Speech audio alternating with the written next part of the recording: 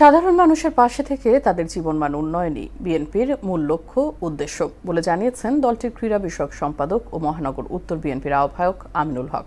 মানুষের দোরগোড়ায় স্বাস্থ্যসেবা পৌঁছে দেওয়ার অঙ্গীকারও করেন তিনি। দুপুরে রাজধানীর পল্লবীতে বিনামূল্যে চিকিৎসা সেবা প্রদান অনুষ্ঠানে আমিনুল হক বলেন, বিএনপি মানব সম্পদের কল্যাণে কাজ করে যাচ্ছে। আরও জানাচ্ছেন হুমায়ুন কবির।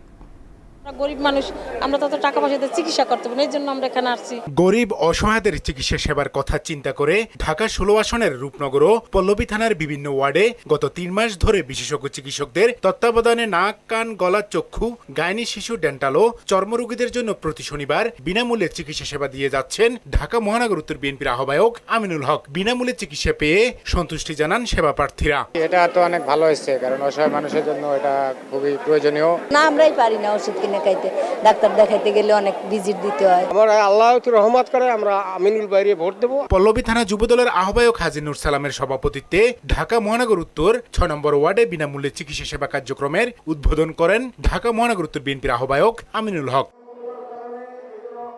ভবিষ্যতেও অসহায় মানুষের জন্য এমন চিকিৎসা সেবা অব্যাহত থাকবে জানিয়ে ফেব্রুয়ারির নির্বাচনে আমিনুল হককে বিপুল ভোটে জয়যুক্ত করার আহ্বান জানান বিএনপি নেতা মাহবুবুল আলম মন্টু ও যুবদল নেতা হাজী নূর সালাম। ফ্রি চিকিৎসা এবং ফ্রি ওষুধ বিতরণ এটাও কন্টিনিউ চলবে, উনি নির্বাচিত হওয়ার পরও চলবে। এটা শুধু নির্বাচন কেন্দ্রিক না। তাই আপনারা আমাদের যে এলাকাবাসী আছেন, এই আসনের ভোটার আছেন, আপনারা অবশ্যই ওনাকে ধানের শীষে ভোট দিয়ে জয়যুক্ত করবেন। আমরা যদি আমিনুল হক ভাইকে বিপুল ভোটে নির্বাচিত করতে পারি, তাহলে আমিনুল হক ভাই মন্ত্রী হবেন। আমরা নতুন করে আমাদের এই এলাকায় একজন মন্ত্রী পাবো এবং সৎ লোক হিসাবে পাবো। ঢাকা মহানগর উত্তর বিএনপির আহ্বায়ক আমিনুল হক জানান, বিএনপি প্রতিষ্ঠা লগ্ন থেকে মানুষের কল্যাণে কাজ করে আসছে। বলেন, দেশের সংকট মুহূর্তেও সাধারণ মানুষের পাশে থেকেছে এই দল।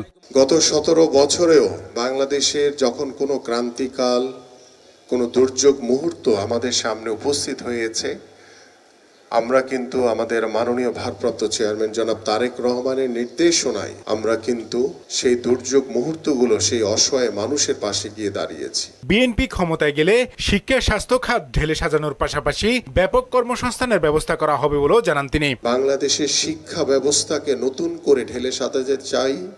আমরা বাংলাদেশের স্বাস্থ্য সেবাকে নতুন করে ঢেলে সাজাতে চাই। প্রত্যেকটি বেকার যুব সমাজকে কর্মসংস্থানের মাধ্যমে তাদের ভবিষ্যৎকে আমরা নিশ্চয়তা প্রদান করতে চাই। আগামী নির্বাচনে ধানের শীষ জয়ী হলে সুখী, সমৃদ্ধ, মানবিক বাংলাদেশ গড়ার অঙ্গীকার করেন বিএনপির জনপ্রিয় নেতা। বাংলাদেশ জাতীয়তাবাদী দল বিএনপিকে ধানের শীষে ভোট দিয়ে জয়যুক্ত করবেন। হুমায়ুন কবির, মোহনা সংবাদ, ঢাকা।